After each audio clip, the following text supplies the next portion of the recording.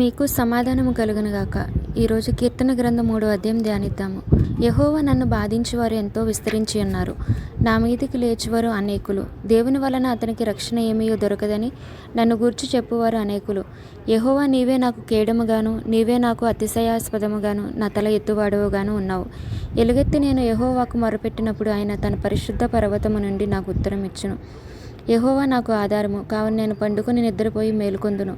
10,000 మంది దండెత్తి నా మీదకి వచ్చి మోహరించినను నేను భయపడను. యెహోవా, లెమ్ము, నా దేవా, నన్ను రక్షింపుము.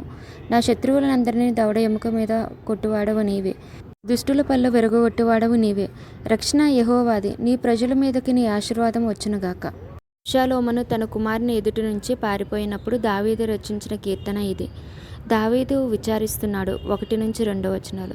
దావీదు విజ్ఞప్తి చేస్తున్నాడు. 3-4 వచనాలు. దావీదు విశ్వసిస్తున్నాడు.